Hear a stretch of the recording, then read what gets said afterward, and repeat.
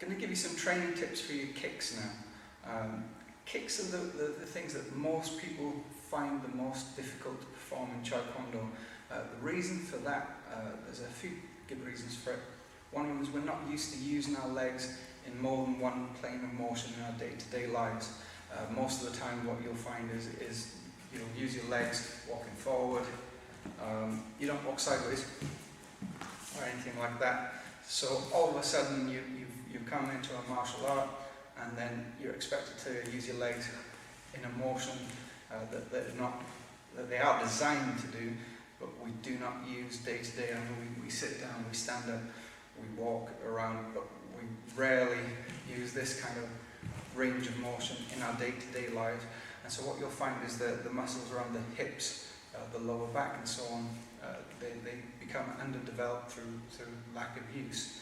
So the first thing I would say for most people, if they're finding kicks difficult, especially kicks like the side kick and the swing kick, is to just start working on building up the muscles in your hips and your lower back.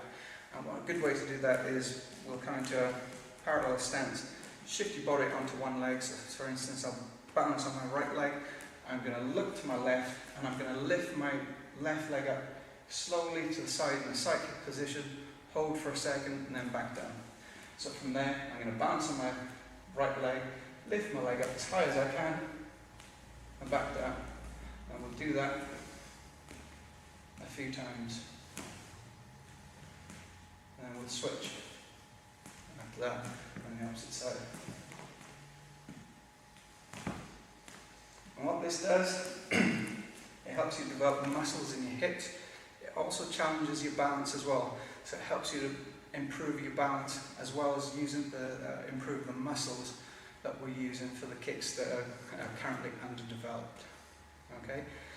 The next thing, and I would say one of the most important things for making sure your kicks work properly, if you're struggling with the kicks, is get your stance right. Now I have talked about this before, but I'll repeat it again.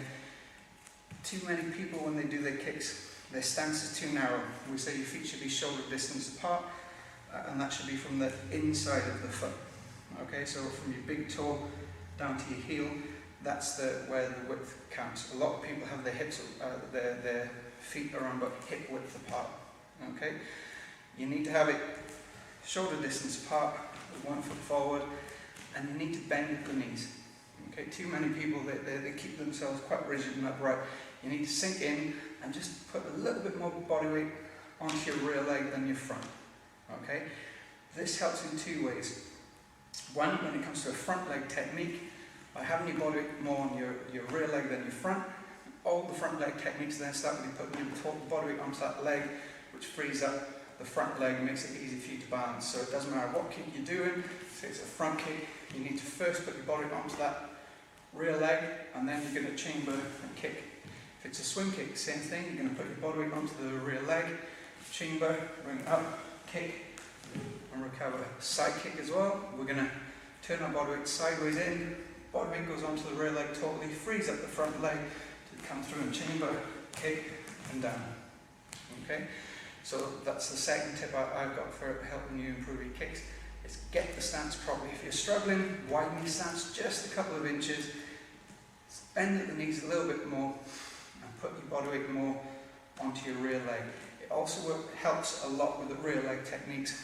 If you see people struggling with rear leg side kick, rear leg swing kick, reverse swing kick, especially on rear leg twisting kick, you'll find that a lot of the time the stance is too narrow. So when they come to twist through into what we call the twist, used to call the twisting stance, the legs kind of tangle up, and then they find it difficult to get their hips into place, and the kicks go off target. By opening up your hips, opening up your stance, sinking your body back, you can then get the right sequential movement going off in the technique. So say for instance I'm going to do a rear leg side kick, I'm going to push off my back leg, start to put my body onto the front foot and come into a twisting stance. So I'm putting my body weight onto that front foot. I can now balance on this leg, it frees up my rear leg to come up and around into the chamber position, kick, back in and down. Same thing for the swing kick. I start with that body weight on the rear a little bit. I'm going to push my body weight forward, pivot the foot and put my body onto my front foot, which then frees my rear leg to come up, around, back in and down. And same for a reverse swing kick. You'll come into what we call a twisting stance by opening that up, shifting back. We're going to twist through, come to this position, and then it becomes a lot easier to do that kick then. So that's the second tip, make sure your stance is correct. The third tip, I would say for a lot of people that will really improve your kicks, is we need to make sure we kick in slow motion almost. Okay, because what a lot of us do is we learn a kick and then we throw the technique and it goes flying. And we're using momentum rather than the muscles of our hips, our torso, our core as well, to get the leg into position and control through the kick. So it's more like we're flinging it, using that momentum to get the height and the trajectory we need. And by doing that, we're losing out on learning the technique properly and also building the muscles up that we require to get that technique working. So for instance, if we're going to do a rear leg swing kick, now usually this is one of the ones where a lot of people just throw themselves into it and they'll kick using the momentum.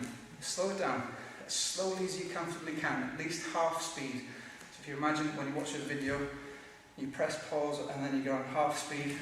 We're going to start off body on the rear. I'm going to transfer the weight forward, bring my leg up, kick through, back in and down, as slowly and controlled as I can. And by doing that, I'm challenging my balance, I'm challenging my leg muscles, my hip muscles, the muscles that I need to use to control the technique, I'm challenging those. If you just throw a technique that way, you lose control of it. The other reason for doing it slow is it allows your brain to process the information of the technique. We have sensors in our body, what they call proprioceptors, built into your skin, and that lets you know where each part of your arm, your leg and so on is in relation to other parts of the body. So even if you've got your eyes shut, you know where your hand is as you put it out here and there. You don't need to be able to see it to know where it is. And we use that proprioception to learn how to do punches, kicks and other movements. Now with punches it's easier to learn them because we don't have the challenge of balance. So we can do these techniques nice and slow and our body tends to absorb the information and the movement and it gets into muscle memory quicker, and that's why you find most people find the punches easier in Taekwondo than the kicks. To do the kick slower is a lot harder. It's more of a challenge on your balance and your muscles because we're not used to using them in that way. So slow it down to halfway and then it allows that your brain to take in the movements correctly. And then when you do start throwing the techniques after a little while, you'll be able to self-correct because you'll know the right sequence, the sequential movement, the right sequence of movements. You've missed something in there. By doing the techniques quickly and just throwing your leg out like that, you'll have a poor technique like I just had then, but you won't be learning the steps of the sequence of events. Your brain won't be taking them in because your body's moving too fast. The proprioceptors don't have a chance to say, right, this should be in this position, this should be in that position. Once you practice it a few times slowly and you get used to it, then when you do actually start throwing the techniques, you'll know, okay, I kicked too high at that point, I need to bring it down. Your brain knows the feeling of the technique, and so you can self-correct.